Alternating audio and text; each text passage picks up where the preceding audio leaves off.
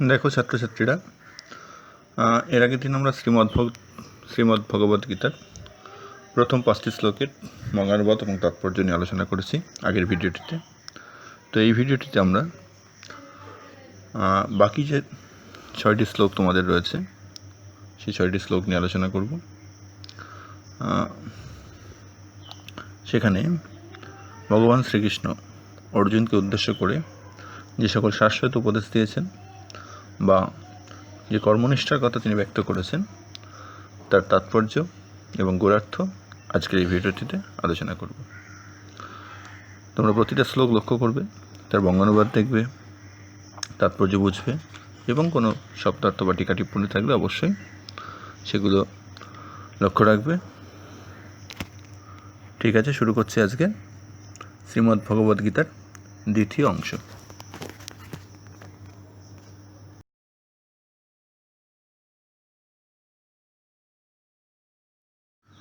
দেখো 6 নম্বর শ্লোকে বলা হচ্ছে, তস্মাৎ অশক্ত সততং কার্যং কর্ম সমাচরম অশক্ত হি আচরণ কর্ম পরম আফনতি পুরুষঃ।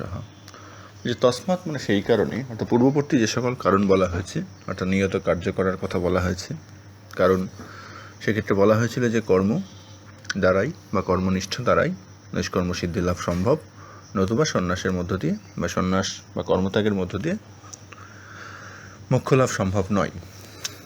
এবং এও বলা হয়েছিল যে আমাদের জীবজগতে বা এই জগতে প্রকৃতিজ গুণেই ব্যক্তিকে কোনো না কোনো কাজ করতে হয়, কারণ শরীরযাত্রা নির্বাহ করতে গেলেও কেউ কখনো কোনো অবস্থায় কোনোরূপ কার্য না করে স্থির থাকতে পারে না। তাই বলছে সেই কারণে অশক্ত সততং কার্যং কর্ম, অশক্ত অর্থাৎ অনাসক্তভাবে, অর্থাৎ কর্মের সঙ্গে কোনো রকম আসক্তি না রেখে বা কর্মের প্রতি কোনো আসক্তি না রেখে বা কর্মফলের প্রতি আসক্তি না রেখে অনাসক্তভাবে সতত অর্থাৎ সর্বদা কার্যং কর্ম, কার্যং মানে করা উচিত, ক্রিযুক্ত নদ প্রত্যয় করলে কার্য কথাটি আসে, কর্ম অর্থাৎ কর্মসমূহের কথা বলা হচ্ছে, অর্থাৎ কর্মসমূহ করা উচিত, সমাচর অর্থাৎ আচরণ করো বা অনুষ্ঠান করো, অর্থাৎ সেই কারণে সততা কর্ম অনুষ্ঠান করো। অশক্ত হি আচরণ কর্ম পরম আফনতি পুরুষ, কারণ অশক্ত হয়ে যদি কর্ম আচরণ করে বা কর্মানুষ্ঠান করে পুরুষ অর্থাৎ ব্যক্তি, তাহলে সে পরম আপনতি অর্থাৎ শ্রেষ্ঠ পদ লাভ করতে পারে। এই হচ্ছে বঙ্গানুবাদ। তাহলে অনাসক্ত হয়ে সদা সর্বদা কর্তব্য কর্মের কথা বলা হচ্ছে। এই কর্ম নিয়ত কর্ম বা নিত্যকর্ম কথা, যেগুলো শাস্ত্রবিহিত কর্মানুষ্ঠান, সেগুলোর কথাই বলা হচ্ছে, সেগুলো সম্পাদন করতে বলছেন ভগবান শ্রীকৃষ্ণ অর্জুনের মধ্য দিয়ে সমস্ত মানব গোষ্ঠীকে। এবং এই কর্মটা অবশ্যই অনাসক্তভাবে করতে হবে, অর্থাৎ কোনো প্রকার কামনা বাসনা শূন্য হয়ে করতে হবে। আর এই রকম কর্ম করলেই মানুষ মুক্তি লাভ করবে। তো এর তাৎপর্য হচ্ছে যে আসলে সেই পূর্ববর্তী শ্লোকগুলোতে যে বক্তব্য তুলে ধরা হয়েছিল যে সিদ্ধি লাভের জন্য বা মুক্তি লাভের জন্য মানুষের উন্নত জ্ঞান চিন্তা বা জ্ঞান অন্বেষণের প্রচেষ্টা আমরা বিভিন্ন সময় বিভিন্ন যুগে লক্ষ্য করেছি। এবং সেক্ষেত্রে কোথাও কোথাও সংসার জীবন থেকে দূরে সরে সন্ন্যাস ত্যাগের মধ্য দিয়ে বা সন্ন্যাস গ্রহণের মধ্য দিয়েও মুক্তি লাভের একটা প্রচেষ্টা বা মুক্তি লাভের যে পথ, সেটার কিন্তু একটা ঘোষণা ছিল। তো এখানে বলা হচ্ছে তার বিপরীতে গিয়ে যদি কেউ কর্ম করে, সেই কর্মটা যদি কোনো রকম কামনা বাসনা শূন্য হয়, সেক্ষেত্রে কর্ম সম্পাদনের দ্বারাও সিদ্ধিলাভ করা সম্ভব। কারণ কামনা বাসনা শূন্য যে কর্ম সম্পাদন, সেটা কর্মানুষ্ঠান করা বা না করা এ দুটোরই সমান।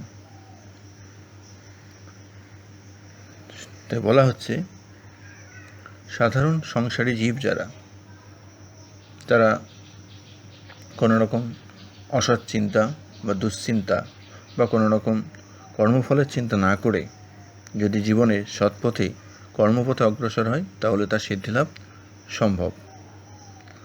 এই কথাই সংসারী মানবের উদ্দেশ্যে কিন্তু ভগবান শ্রীকৃষ্ণ অর্জুনের মধ্য দিয়ে বলতে চেয়েছেন যে তোমরা অনাসক্ত হয়ে কর্ম করো। বারবার এখানে কর্ম শব্দের উল্লেখ রয়েছে, যার মধ্যে দিয়ে শুভ বা নিষ্কাম কর্ম সম্পাদনের কথাই কিন্তু শ্রীকৃষ্ণ বলতে চেয়েছেন। কারণ এর কারণগুলো এই তসমাৎ কথাটির মধ্যে দিয়ে বলা হয়েছে সেই হেতু বা সেই কারণে। কারণটা কি? কারণ বলেছিলেন তিনি আগেই, যে দেহধারী যে সংসারী জীব তারা একবারেও বা একেবারে কোনো রকম কর্মত্যাগ করে থাকতে পারে না। অজ্ঞানবশত সে কী করে, হয় কর্মকে আমি ভাবে বা আমার মধ্যে সীমায়িত রাখে, অর্থাৎ আমাকেই এই কাজটা করতে হবে বা আমি এই কাজটা করছি, এই রকম অজ্ঞানতা বা নিম্ন চিন্তা তার মধ্যে প্রবেশ করে, ফলে তাকে কর্মফলের বন্ধনে আবদ্ধ হতে হয়। অথচ যারা জ্ঞানী তারা সংসারে থেকেও সংসারকে অসার জেনে ঈশ্বরের নাম পায়ে কর্মকে সমর্পণের মধ্য দিয়ে কর্ম করতে হয়, তাই করে যায়। কারণ তাদের ক্ষেত্রে তারা ধরে নেয় ঈশ্বরই এখানে নিয়ন্তা, ঈশ্বরই এখানে চালক, আর তিনি হচ্ছেন যন্ত্র, ঈশ্বরের হাতের পুতুল মাত্র। তারা বোঝে এই কর্ম হচ্ছে আমাদের একটা সাধনার ক্ষেত্র বা সংসার জীবন আমাদের একটা সাধনার ক্ষেত্র, সেই সাধনার মধ্য দিয়ে তারা মুক্তির মার্গে ক্রমশ অগ্রসর হয়। কারণ তাদের ভোগ বা সম্পদ সংগ্রহ এর প্রতি কোনো রকম লোভ, লালসা, আকাঙ্ক্ষা, বাসনা, কামনা ইত্যাদি থাকে না। কারণ পূর্ববর্তী ব্যাখ্যায় বলা হয়েছে যে, মহাভারত একটা জায়গায় বলা হচ্ছে যে যদি অগ্নিশিখাতে ঘৃত প্রদান করা হয় তাহলে সে অগ্নিশিখা যেমন নির্বাপিত হয় না, উত্তরোত্তর যেমন তার শিখা প্রজ্বলিত হতে থাকে, তেমনি বিশ্বের যাবতীয় ভোগ্যবস্তু যদি কোনো একক ব্যক্তিরকে ভোগের জন্য দিয়ে দেওয়া হয় তাহলেও তার সেই ভোগ তৃষ্ণা কিন্তু কখনো নিবারিত হবে না, বরং আরও দ্বিগুণভাবে বেড়ে যাবে। তাই এই ভোগ তৃষ্ণা বর্জন করে নিরাসক্ত হয়ে কর্ম করলেই মানুষ নৈষ্কর্ম সিদ্ধি বা মোক্ষ লাভ করতে পারবে। এই হচ্ছে এই শ্লোকের তাৎপর্য। এখানে যে সমস্ত টিকা টিপ্পণী বা প্রতিশব্দ জাতীয় বিষয়গুলো রয়েছে শ্লোকের মধ্যে, সেগুলো একটু খেয়াল রাখবে। অশক্ত অর্থাৎ অনাসক্ত হওয়া। এই কার্যং এবং কর্ম দুটো শব্দ এখানে রয়েছে। কার্য বলতে ক্রিয়াযুক্ত নৎ প্রত্যয়, যেটা বললাম করা উচিত, যেটাকে আমরা কর্তব্য কর্ম বলে জানি, আর কর্ম হচ্ছে শাস্ত্রবিহিত শুভ যে কোনো কর্ম। পরম অর্থাৎ শ্রেষ্ঠ পদ, শ্রেষ্ঠ, আপনতি অর্থাৎ লাভ করে। সন্ধি তস্মাৎযুক্ত, আসক্ত তস্মাৎ আসক্ত। হিয়াচরণ, হিযুক্ত আচরণ, আচরণ ইত্যাদি। অশক্ত সমাস যদি করা হয় ন শক্ত, নং তৎপুরুষ সমাস। তস্মাৎ এখানে অবদানে পঞ্চমী বিভক্তি হয়েছে।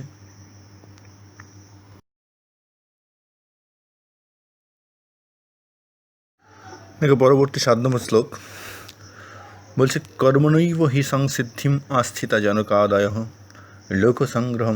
লোকসংগ্রহমেবাপি সংপশ্যন কর্তুম অর্হসি।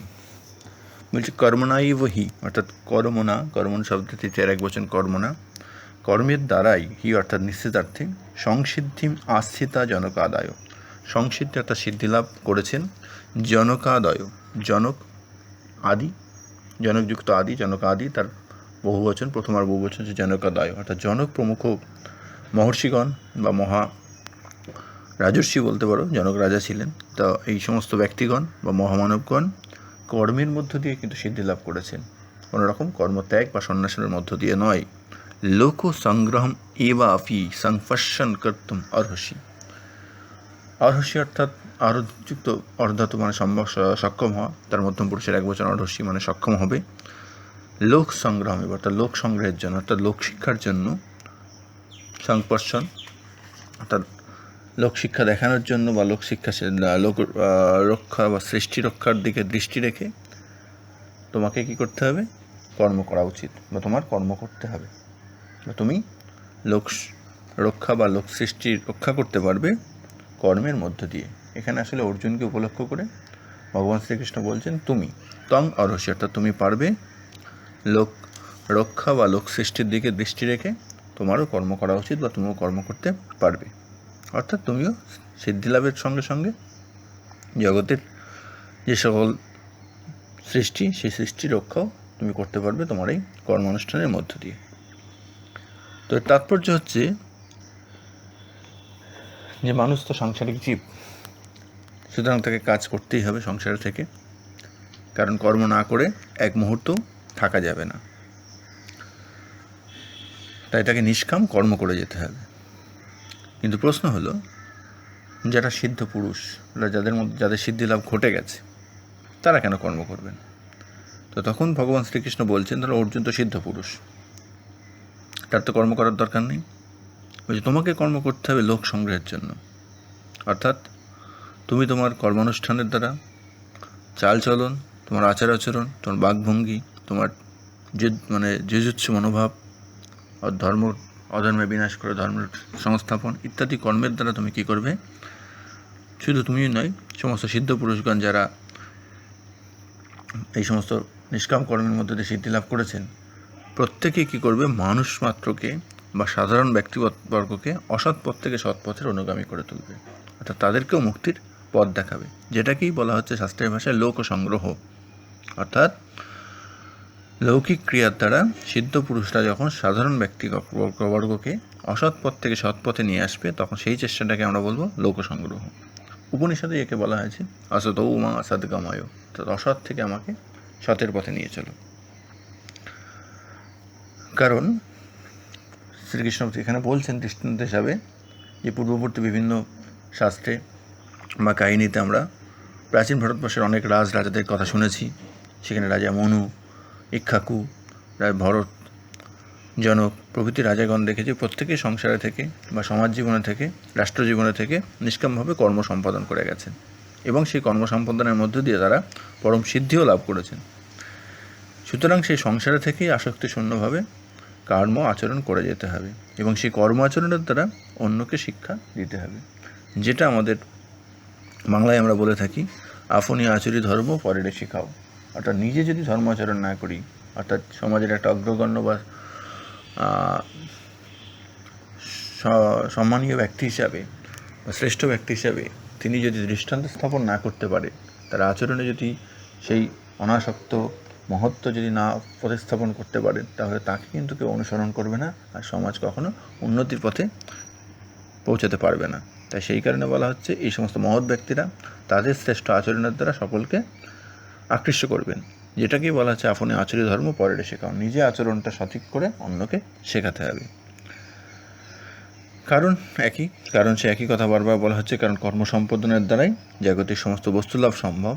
কিন্তু যেগুলো আমরা কামনা বাসনাযুক্ত কর্মের কথা বলছি, কিন্তু যদি পারমার্থিক বস্তু, যেটা আমাদের দর্শনের ভাষায় পরমাত্মা বা ব্রহ্মতত্ত্বে যদি নিজেকে উপনীত করতে হয়, তাহলে কি করতে হবে, বা জীবনমুক্ত যদি হতে হয়, একটা জীবিত অবস্থায় যদি আমি মুক্তির স্বাদ পেতে চাই বা আত্মতত্ত্ব লাভ যদি করতে চাই, তাহলে কিন্তু সেই কর্মের মধ্য দিয়ে সেই কর্মপদ্ধতিতে কোনো রকম কামনা বা বাসনা থাকলে হবে না। কারণ আত্মতত্ত্ব লাভ করতে গেলে তোমাকে কর্মশূন্য অনাসক্তভাবে কাজ করে যেতে হবে। তখনই তুমি নৈষ্কর্ম সিদ্ধির মধ্য দিয়ে নিজের চিত্তশুদ্ধি ঘটাতে পারবে, তারপরে তোমার জ্ঞান আলোক উদ্ভাসিত হবে এবং সেখান থেকে তুমি আত্মতত্ত্ব লাভ বা ব্রহ্মজ্ঞানী হয়ে মুক্তি লাভ করবে। এটা একটা দিক। যেমন ঠিক তেমনই তোমার সেই কর্মপদ্ধতি বা শ্রেষ্ঠ ব্যক্তিদের সেই কর্মপদ্ধতি দর্শনের মধ্য দিয়ে সাধারণ মানুষও নতুন কর্মের অনুপ্রেরণা লাভ করবে। জাগতিক যে বাসনাযুক্ত কর্ম, সেগুলো দিয়ে আমরা জানি যে কিছু ভোগ, কিছু লাভ এগুলো আমরা পাই, যেগুলো কিন্তু নিত্য বা চিরন্তন নয়, সেগুলো সব ক্ষণিকের মাত্র। সর্বকালিক বা ত্রৈকালিক যদি কোনো সুখ বা কিছু পেতে হয় বা মুক্তি যদি পেতে হয়, তাহলে কিন্তু এইরকম উন্নত অনাসক্ত হয়ে কর্ম চিন্তা করে যেতে হবে, যেটাকে আমরা নিষ্কাম সাধনা বলছি। কারণ এই নিষ্কাম সাধনার মধ্য দিয়েই জগতের সেই চরম ব্রহ্ম, যিনি সর্বত্র সর্বভূতে বিরাজমান, সেই আত্মাকে আমরা দেখতে পাবো। সেখানে পৌঁছাতে গেলে বা সেই আত্মতত্ত্ব লাভ করতে পারলে আমাদের সেই শোক বা কোনো মোহ কিছুই থাকবে না। তোমার মধ্যে সমস্ত অজ্ঞানতা দূর হবে এবং তুমি জ্ঞান আলোকে উদ্ভাসিত হবে। এই হচ্ছে বক্তব্য।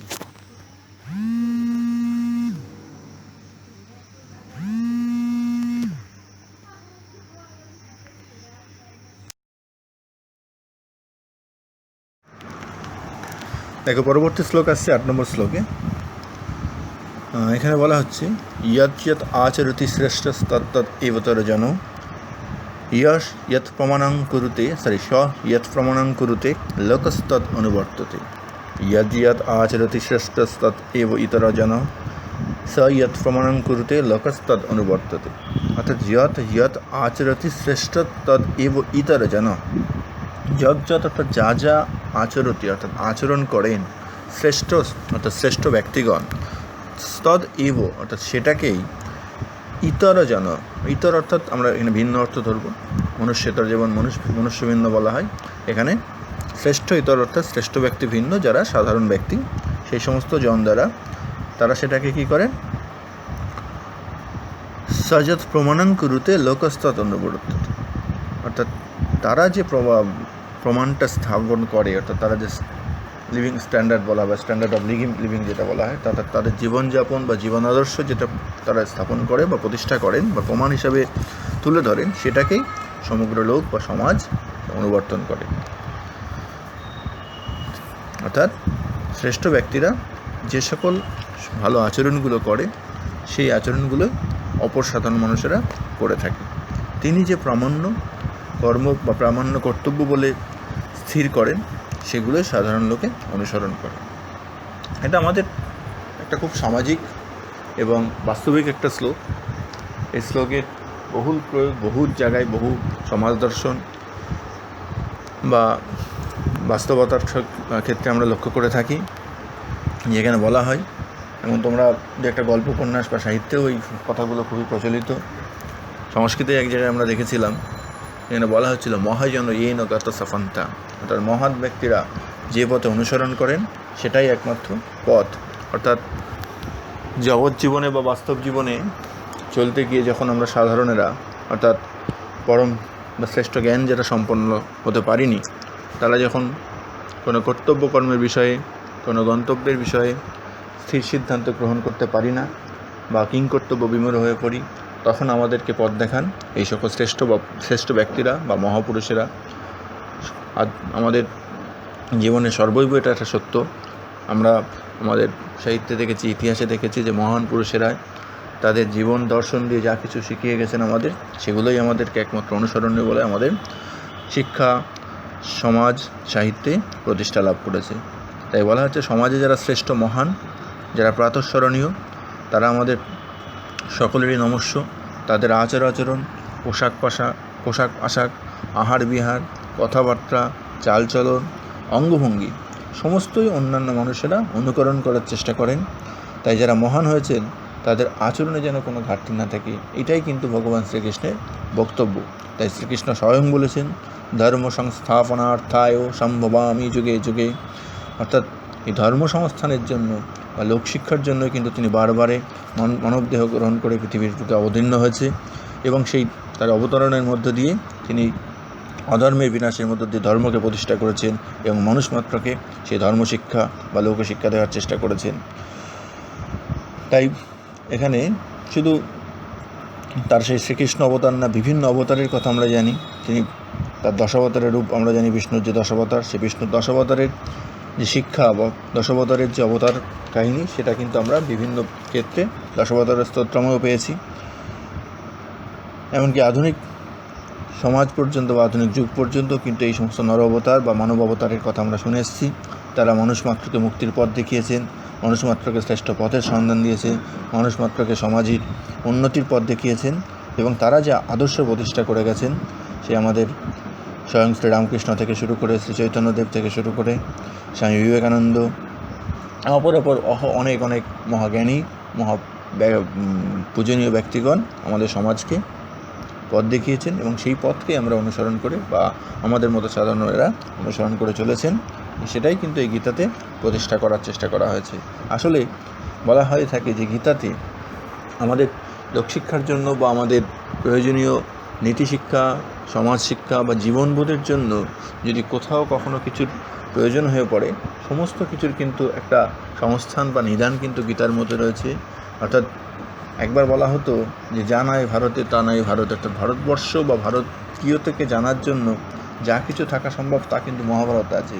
এখন মহাভারতের নির্যাস গ্রন্থ হিসাবে গীতার মধ্যে তার সব কিছুই রয়েছে।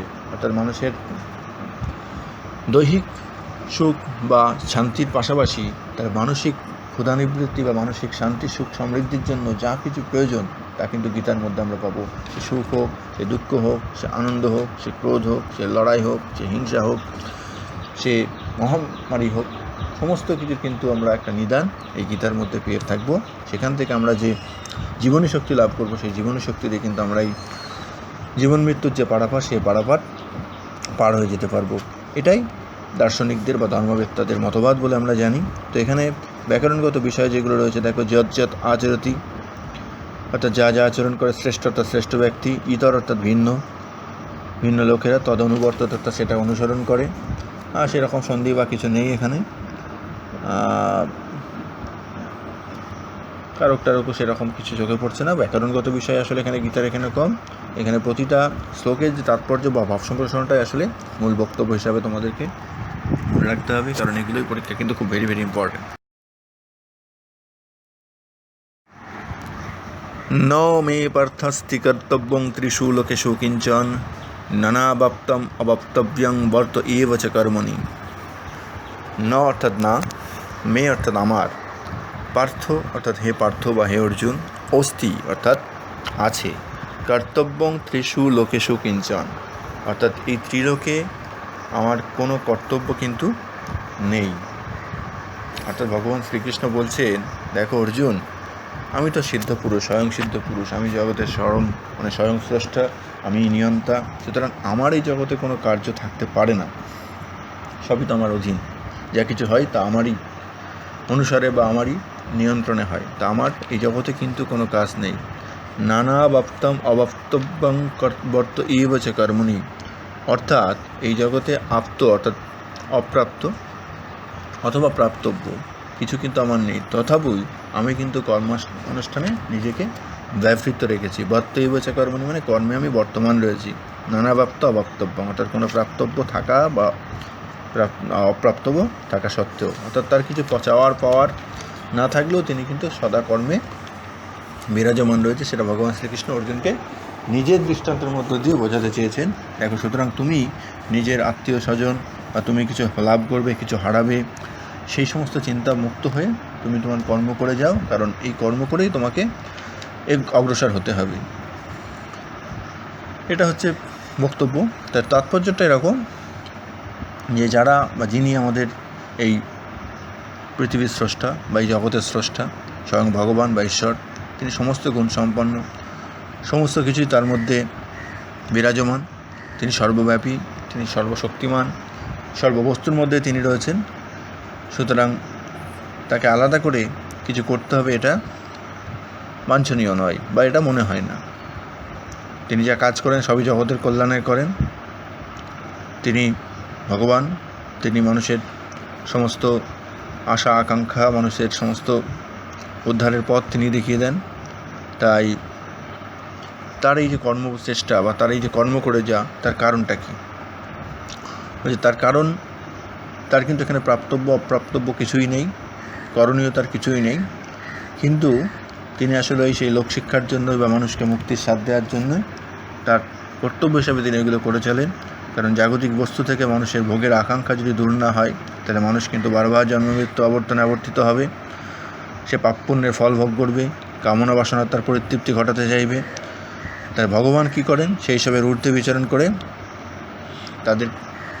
তাদেরকে সে মুক্তির পথ দেখান যে নিষ্কাম কর্ম কী করে যেতে হবে। ভগবানের ক্ষেত্রে কিন্তু এই সমস্ত কোনো কর্তব্য কর্ম থাকে না। তিনি কিন্তু আত্মতৃপ্ত, তিনি আত্মসন্তুষ্ট, আর তিনি আত্মতৃপ্ত বলেই তিনি লোকসখ্যা বা লোকসংগ্রের জন্য কেবলমাত্র কর্তব্য কর্ম করে যান। অর্থাৎ তার বারংবার আচরণের মধ্য দিয়ে তিনি মানুষের আচরণের উন্নতি ঘটানোর চেষ্টা করেন। সে আগের শ্লোকে যেটা বলা হয়েছিল যে শ্রেষ্ঠ ব্যক্তি হিসাবে তিনি আসলে নিজেই অবতীর্ণ হয়ে তাকে অনুসরণ করার একটা প্রবণতা তৈরি করতে চান। অর্থাৎ তিনি আমাদের জগৎ জীবনের অগ্রসর বা সামনে উপস্থিত থেকে আমাদেরকে আসলে পিছন থেকে টেনে নিয়ে যান। সুতরাং জগৎবাসী জীবের শিক্ষার জন্যই সিদ্ধপুরুষ মহাত্মা ব্যক্তিগণ যেমন যুগে যুগে শ্রেষ্ঠ কাজ করে দৃষ্টান্ত স্থাপন করে গেছেন, ভগবান শ্রীকৃষ্ণ কিন্তু সেই যুগে যুগে তার অবতীর্ণ হওয়ার একমাত্র কারণ হচ্ছে জগতের শিক্ষা বা জীবের শিক্ষার জন্য। এখানে এই বক্তব্যই দেওয়া হচ্ছে।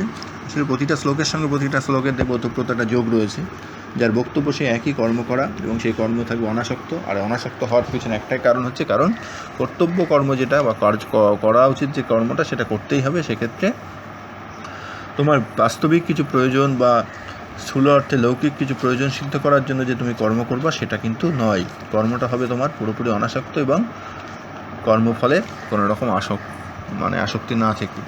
তাই বলা হয় কর্মণ্যেব অধিকারস্তে মা ফলেষু কদাচন, অর্থাৎ কর্মেই তোমার অধিকার আছে, ফলে কোনো অধিকার নেই। তো এখানে ত্রিষু লোকেষু অধিকার একটা কারক রয়েছে, অধিকরণের সপ্তমী বিভক্তি। তাছাড়া শব্দার্থ যেগুলো রয়েছে তোমার পার্থ, এখানে তোমরা জানো অর্জুনকে আমরা পার্থ বলে জানি, পৃথাযুক্ত অন পার্থ হয়। লোকেষু গেল, নানা ব্যাপ্তম অব্যাপ্তব্যং, এখানে যদি প্রত্যয় করো বাপ্ত কথাটা বিযুক্ত আপযুক্ত তা করলে হয় ব্যাপ্ত, অব্যাপ্ত তাই আসবে, নব্যাপ্তম অব্যাপ্তম।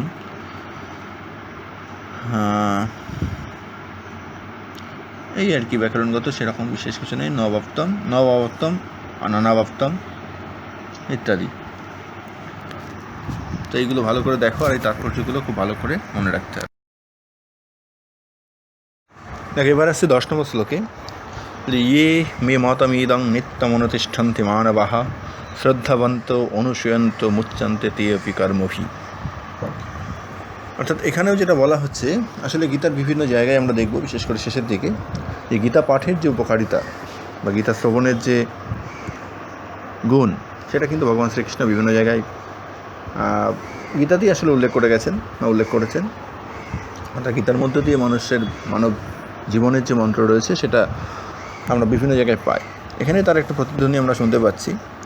তিনি বলতে চাইছেন যে অর্থাৎ যারা মে মতমিদং, অর্থাৎ আমার এই মতকে, অর্থাৎ এই যে কর্মযোগের বা কর্মনিষ্ঠার যে মত তিনি প্রতিষ্ঠা করলেন, এই মতকে নিত্যম অনুতিষ্ঠন্তে, অর্থাৎ সর্বদা অনুসরণ করবে বা মেনে চলবেন মানব, অর্থাৎ যে সকল মানুষরা শ্রদ্ধাবন্ত, তারা অবশ্যই শ্রদ্ধাবান, কারণ বিষয়ের প্রতি ভগবানের প্রতি তাদের শ্রদ্ধা আছে বলেই তারা এটা অনুসরণ করছে।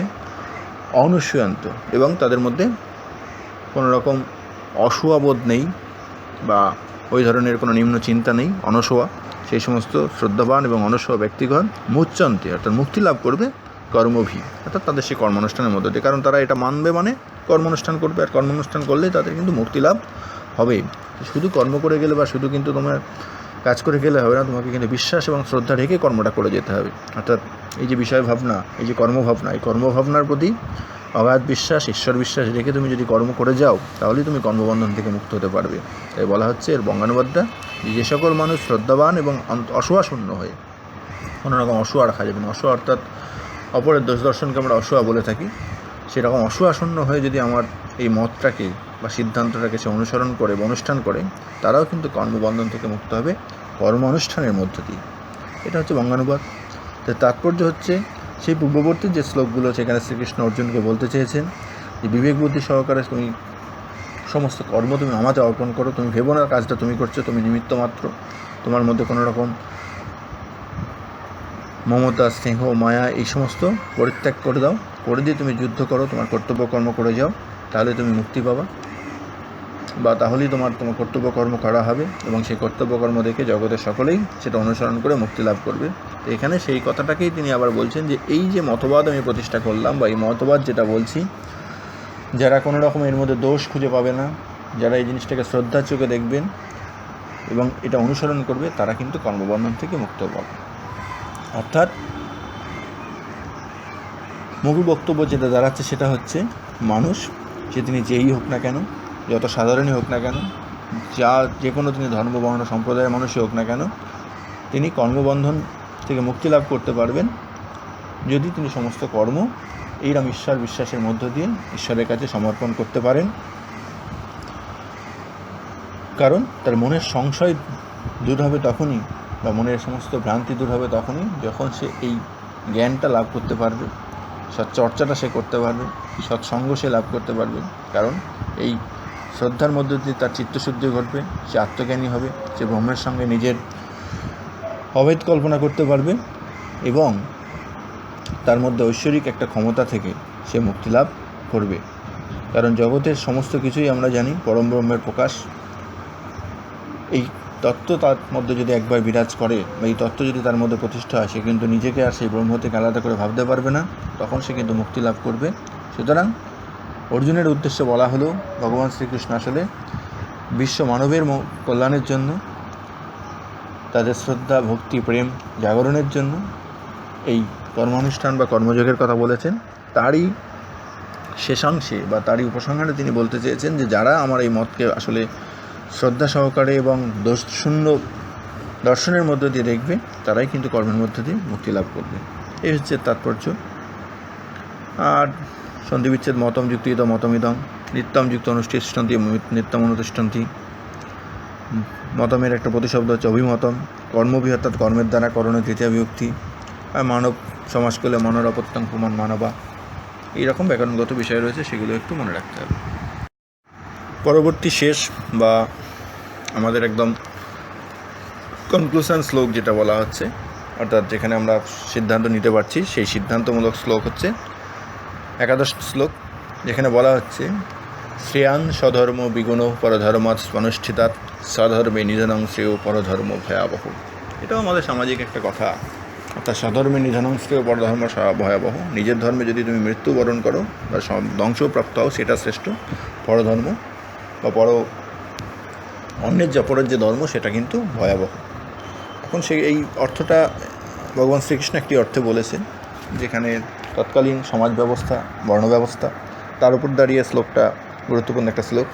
কিন্তু বাস্তবিক ক্ষেত্রে আমরাও জানি আমাদের বর্ণ আশ্রম বা ধর্মাশ্রমের বাইরে গিয়েও আমাদের একটা প্রত্যেকের নিজস্ব ধর্ম বা প্রত্যেকটা প্রাণীর একটা ধর্ম আছে, তার বা প্রত্যেকটা শ্রেণীর একটা ধর্ম আছে, প্রত্যেকটা পর্যায়ের একটা ধর্ম আছে। সেই পর্যায়ের ধর্মগুলোও আমাদের মেনে চলা উচিত, অর্থাৎ নিয়ম যেটাকে বলি, ডিসিপ্লিন যেটাকে আমরা ইংরেজিতে বলে থাকি। সেই ডিসিপ্লিন মানাটা যেমন খুবই প্রয়োজনীয়, সেরকমই একটা কথা এখানে বলা হচ্ছে। সেটা আমাদের বিভিন্ন পেশার জগতে আছে, বিভিন্ন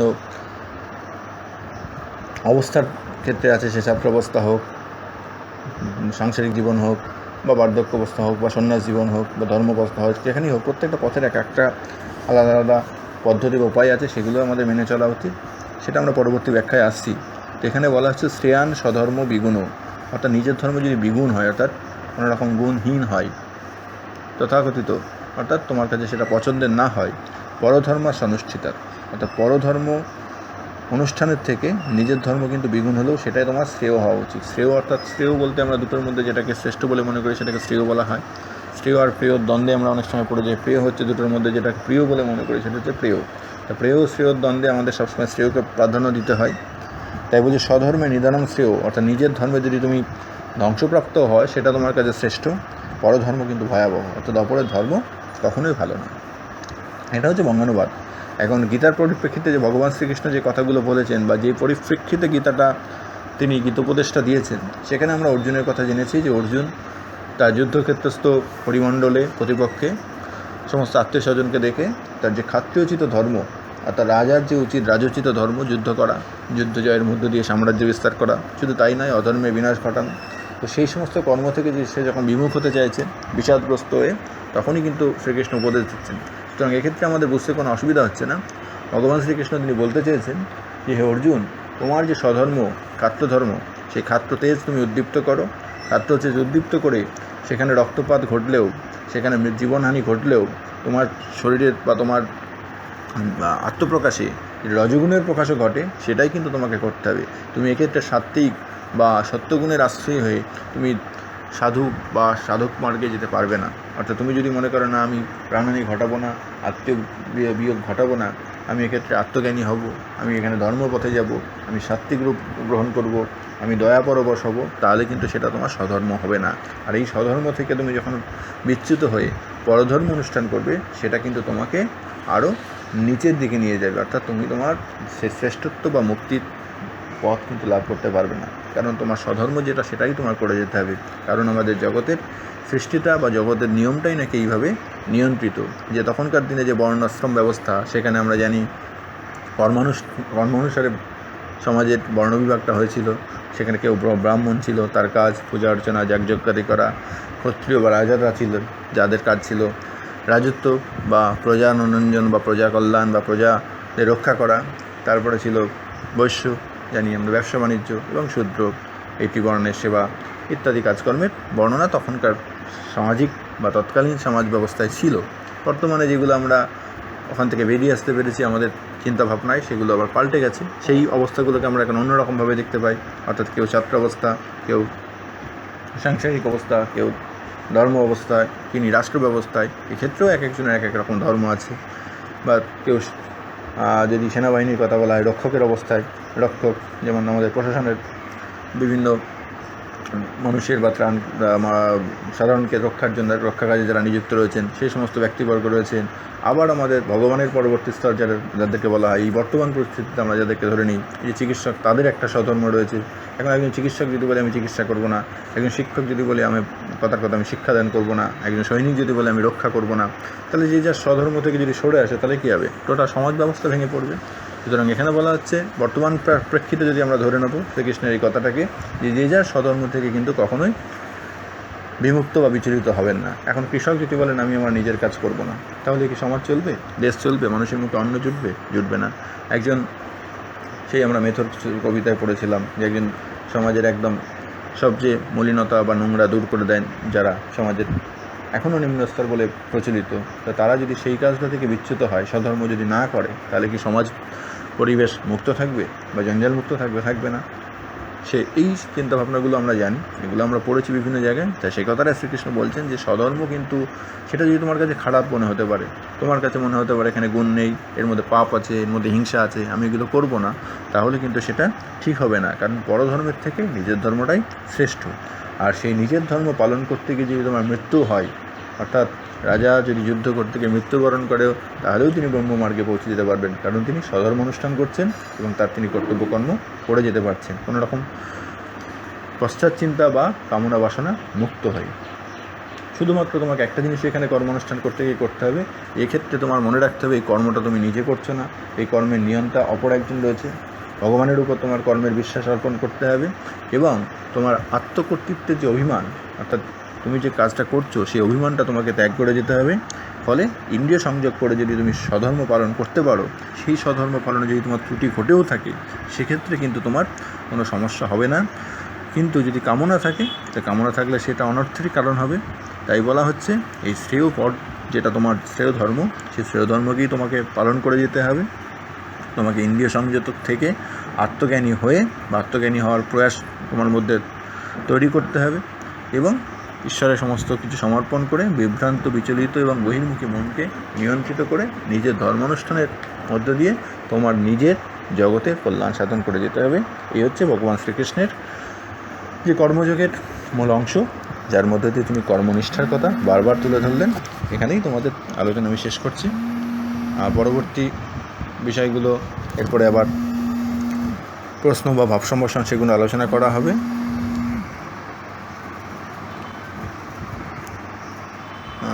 আর এখানে যে ব্যাকরণগত বিষয়গুলো রয়েছে, শ্রেয়ান কথাটা একটা ব্যাকরণগত একটা শব্দ। শ্রেয়সযুক্ত ইয়াসন প্রত্যয় বা প্রশস্যযুক্ত ইয়াসন প্রত্যয় করলে শ্রেয়ান কথাটা আসে। দুজনের মধ্যে শ্রেষ্ঠকে বলা হয় শ্রেয়ান। নিধনং নিপূর্বক ধাযুক্ত ইউস নিধনং। পরধর্ম অর্থাৎ পরধর্ম থেকে এখানে অপেক্ষার্থে পঞ্চমী বলতে পারি আমরা। স্বধর্ম অর্থাৎ অধিকরণে সপ্তমী। সনুষ্ঠিতা সন্ধিবিচ্ছেদ করলে সহযুক্ত অনুষ্ঠিতাৎ। এই হচ্ছে ব্যাকরণগত বিষয়। এবার এখান থেকে তোমরা প্রতিটা শ্লোকেরই ভাব সম্ভাষণ মাথায় রাখার চেষ্টা করবে। এরপরে আমি কিছু ভাব সম্ভাষণ কয়েক বড় প্রশ্ন একটি দিয়ে দেবো, সেগুলো তোমরা তৈরি করার চেষ্টা করো। তারপরে আমি রয়েছি। কোনো রকম কোনো জিজ্ঞাসা থাকলে এখানে বুঝতে কোথাও অসুবিধা হলে বা যে শ্লোকের কোনো শব্দার্থ জানতে চাইলে অবশ্যই জানাবে, আমি অনলাইনে রয়েছি। ঠিক আছে, আজকে এই ভিডিও এখানেই আমি সমাপ্ত করছি।